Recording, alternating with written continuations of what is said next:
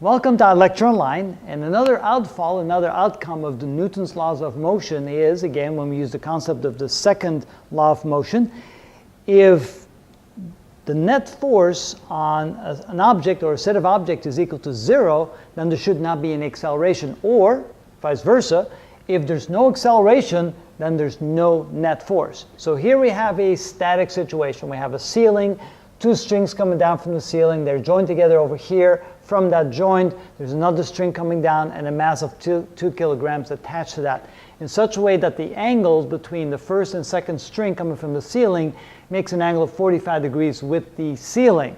So now you're supposed to find the tension in those two strings, find tension 1 and tension 2.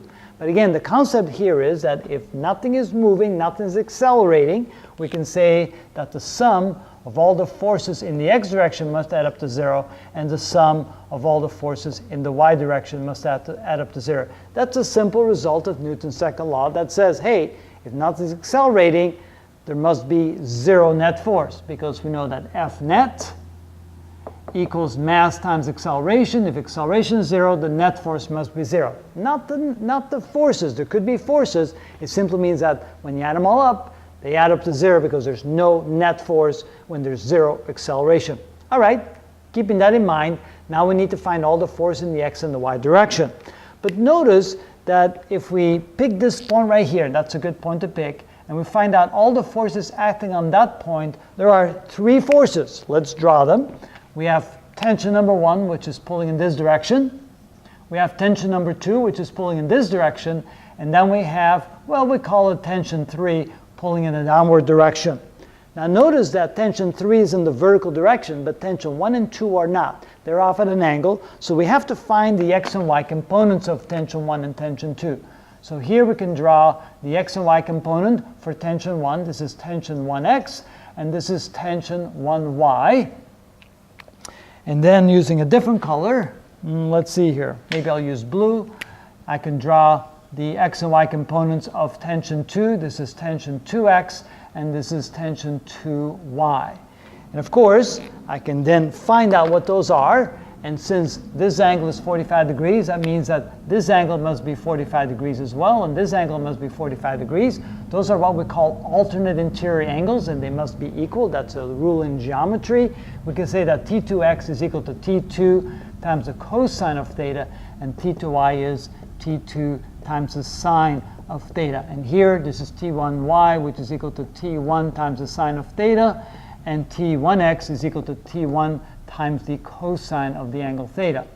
Now, I have all the components, so I have 3 forces in the y direction, 2 components plus this force, and I have 2 components or 2 forces in the x direction. I can add them all up now, and they should add up to 0. So for the force in the x direction, I can say that the force to the right, which is positive, which is T2 cosine of theta minus T1 cosine of theta, that must add up to 0, because those are all the forces in the x direction. And then we can say that this is equal to T1 in the y direction, which is T1 sine theta, plus T2 sine theta, minus tension 3, which is the weight of this object right here, which is mg. And that all has to add up to 0 as well. So now what I have is I have 2 equations. So I have this equation right here, and I have this equation right here. And notice that I have only 2 unknowns. I have T1 and T2 as the unknowns. So the way you want to solve that now is use one of these equations and solve one of the tensions in terms of the other, and then plug that into the second equation to find each of the tensions. All right, so we'll take our first equation.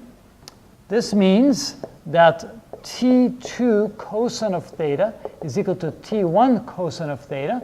And notice that it's cosine of the same angle, so we can go ahead and divide both sides by the cosine of theta, which means T1 equals T2. All right, so now we can go ahead and plug that into one of our equations here. So now we can say that 0 is equal to T1 times the sine of theta, plus instead of T2, I'm going to write T1 because they're equal. T1 times the sine of theta minus mg, and that adds up to 0. And now I can go ahead and solve that equation for T1. I can combine these two, so 0 equals 2 T1 sine of theta minus mg. I can go ahead and take the mg to the other side, switch the equation around, so 2 times T1 sine of theta is equal to mg, and then I divide both sides by 2 times the sine of theta, which, when I come over here, gives me T1, which is equal to mg divided by 2 times the sine of theta. Now I can go ahead and plug in all the numbers that I know. The mass was 2 kilograms, so 2 kilograms. G is 9.8 meters per second squared, divided by 2 times the sine of 45 degrees. And with a calculator, we can figure out what that's equal to. So we have 19.6 divided by 2. I could have simplified that and divide by the cosine or sine of 45, and that would be 13.9 newtons. So T1 is equal to 13.9 newtons. Of course, that means T2 is equal to 13.9 newtons. And I think I just answered my question. That's the answer to this problem. And that's how you do that. Now, of course, this was easy, relatively speaking, because the angles were the same. What do we do when the angles are not the same? Well, for that, you have to go and take a look at the next video.